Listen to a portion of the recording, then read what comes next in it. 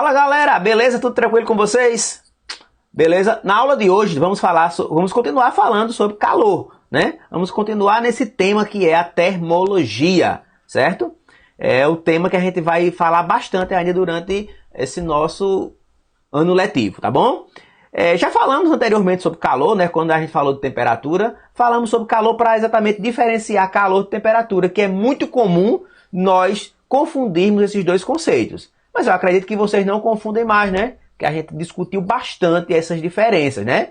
Beleza? Então, olha só.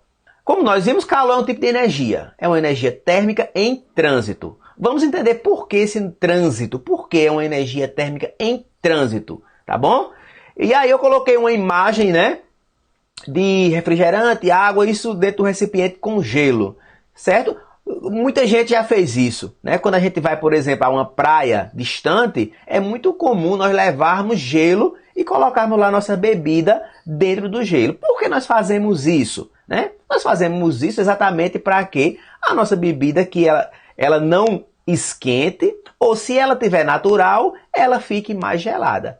Por que então a bebida ela ficou mais gelada, né? Porque o gelo, com o passar do tempo, ele vai derretendo. Então é isso que a gente vai entender a partir de agora, tá bom? Então olha só. Vamos chamar aqui TA e TB as temperaturas. TA a temperatura do refrigerante, TB a temperatura do gelo, tá certo? Então olha só, como eu disse a vocês, né?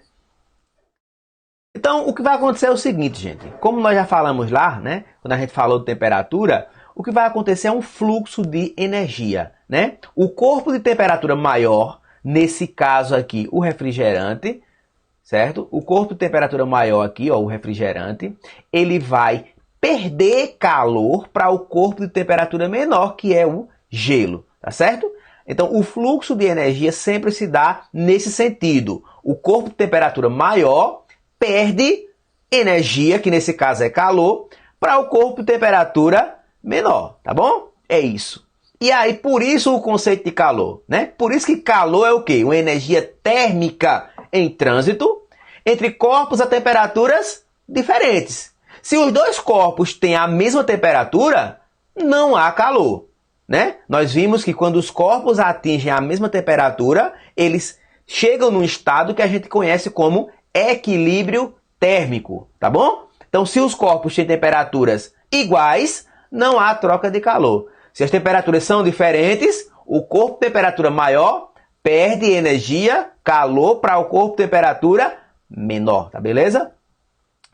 E vamos entender agora, vamos descobrir, né, como é que nós medimos o calor, né? Quais são as unidades de medida?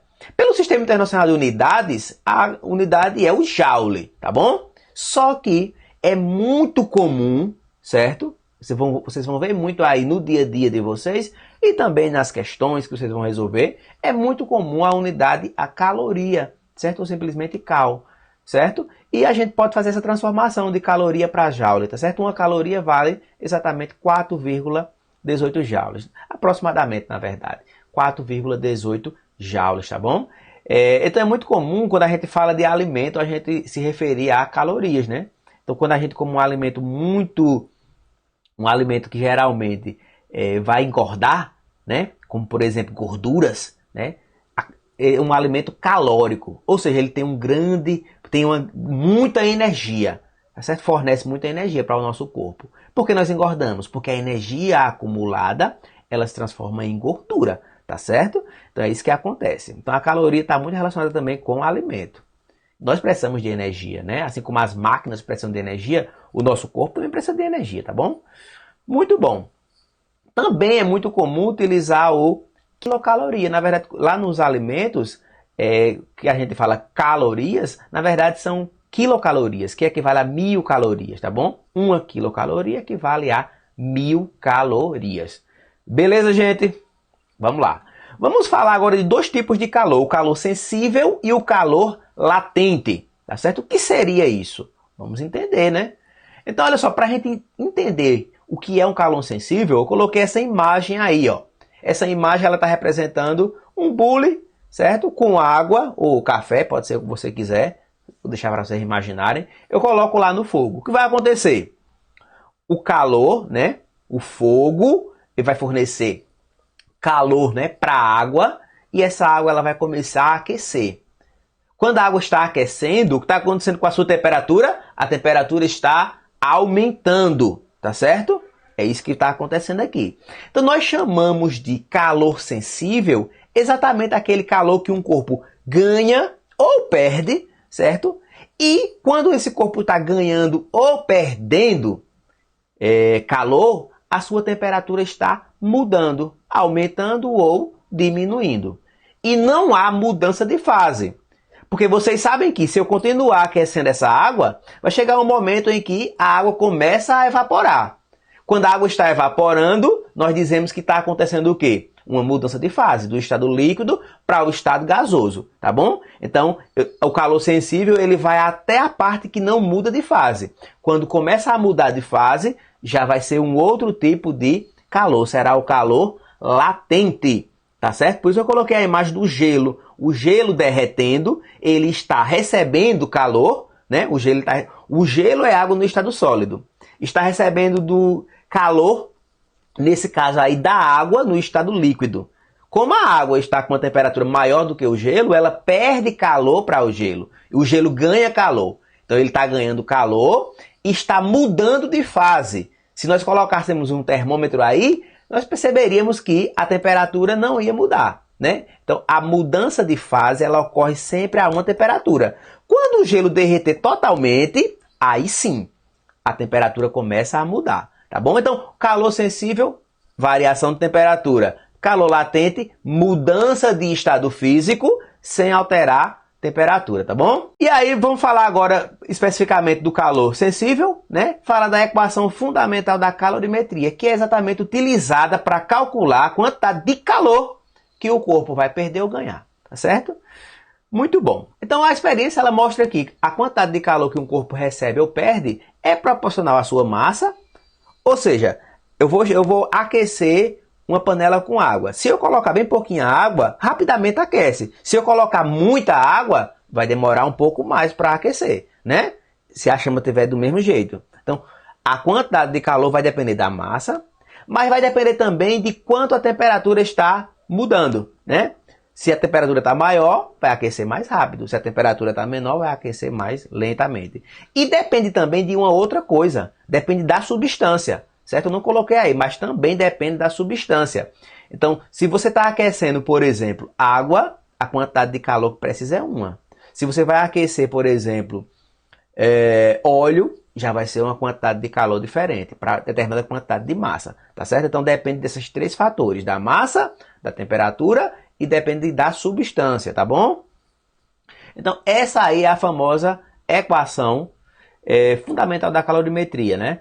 O pessoal que trabalha com cursinho gosta muito de dizer que aqui é que macete, né? Para não esquecer, tá bom?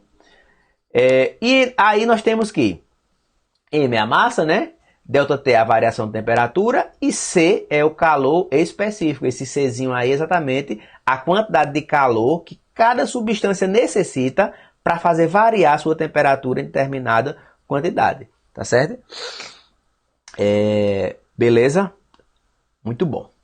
Então, olha só, duas observações interessantes e importantíssimas, tá bom? Se a temperatura final ela é maior do que a temperatura inicial, nós dizemos que o corpo está recebendo calor, ou seja, uma quantidade de calor positiva. Então, se Q é positivo, maior que zero, eu já sei que o corpo está recebendo calor, certo? Porque a temperatura final ela vai ser sempre maior do que a inicial. Então, o corpo estava com 20 e chegou a 50. Tá bom? Agora o contrário, imagina que o corpo está com 50 e depois passou para 20. O que está acontecendo? Temperatura está diminuindo. Final menor do que a inicial. O que é que está acontecendo com esse corpo? Ele está perdendo calor. Como no caso lá, né? Do refrigerante e do gelo, né? O refrigerante estava ganhando, né? E o gelo estava perdendo. Então vamos resolver esse exemplo, né, galera? O exemplo diz o seguinte, ó. Um bloco de ferro com massa 600 gramas. Então vamos organizando esses dados aqui, né? Ó. Então a massa é igual a 600 gramas, tá bom? Está a 20 graus Celsius. Então isso aqui é a temperatura inicial. Então, T1 vai ser igual a 20 graus Celsius.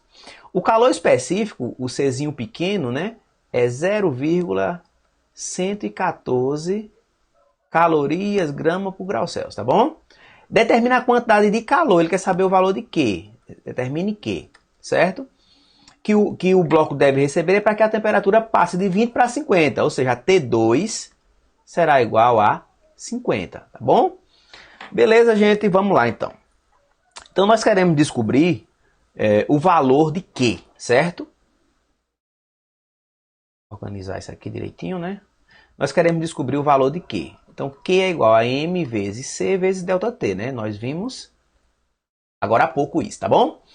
Então, Q vai ser igual o valor da massa, que é 600, vezes o valor do calor específico, que é 0,114, vezes a variação de temperatura. De 20 para 50 variou quanto? 30, né? 50 menos 20, 30. Beleza? Ou seja, Q vai ser igual. Multiplicando aqui, ó, 600 por 0,114, né? Nós vamos obter o valor de 68,4, tá certo? Isso vezes 30, tá bom? Ou seja, Q vai ser igual a essa multiplicaçãozinha aqui, né? 68,4 vezes 30. Dá 0, 0, 0. 3 vezes 4 dá 12, vai 1. 3 vezes 8, 24, com que foi 25. Vão 2. 3 vezes 6, 18. Né? 18 mais 2 dá 20. Fazendo a soma dá 0, 2, 5, 0, 20. Uma casa dá 2052 calorias. Cal, tá certo? 2052 calorias. Então, esse é o valor, certo? Esse é o valor da quantidade de calor que esse corpo ele deve receber para que a sua temperatura passe de 20 para 50 graus Celsius. Beleza, gente? Tranquilo? Valeu, até a próxima aula.